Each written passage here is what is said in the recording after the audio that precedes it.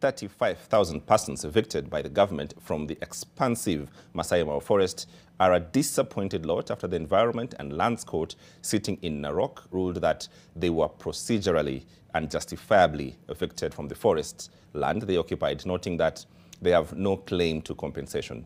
Justices John Mutungi, Mohamed Kulo and George Ogondo further declared as irregular, unlawful, null and void all the title deeds issued to the squatters. Ibrahim Karanja starts our broadcast. 3 years after running to the corridors of justice to seek refuge from a government so determined to expel them from the Mau forest, the ride has become even bumpier for over 35,000 persons who laid claim to parcels of land within the Mau forest.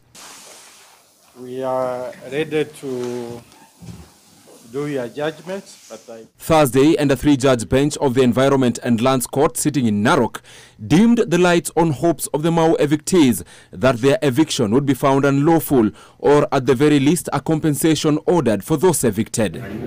In the case, they had presented before the courts title deeds issued by the government to buttress their claim on the land.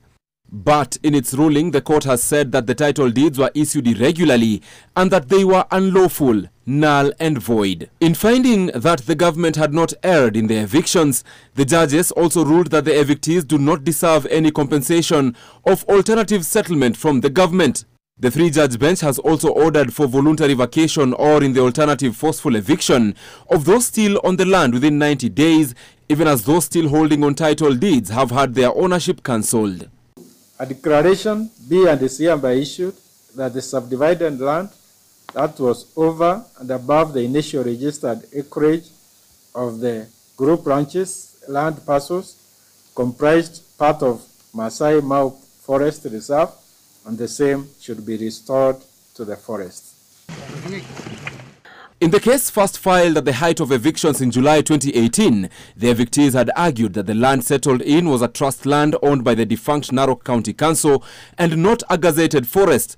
And whereas the court agreed with some of their claims, it cited unlawful extensions of the boundaries amounting to 14,103 acres. On the other hand, the court has also issued orders to the government ordering it to establish the original boundary between the forest and settlement area, demarcate and place visible beacons within 12 months. And with a further 12 months, the government will be expected to have constructed a perimeter wall around the gazetted forest. We are celebrating, and I can tell you that even the animals, both in the Masai Mau, in the Masai River and on the land, are happy that this pronouncement has been made. We are far from accepting the fact that the eviction was in order.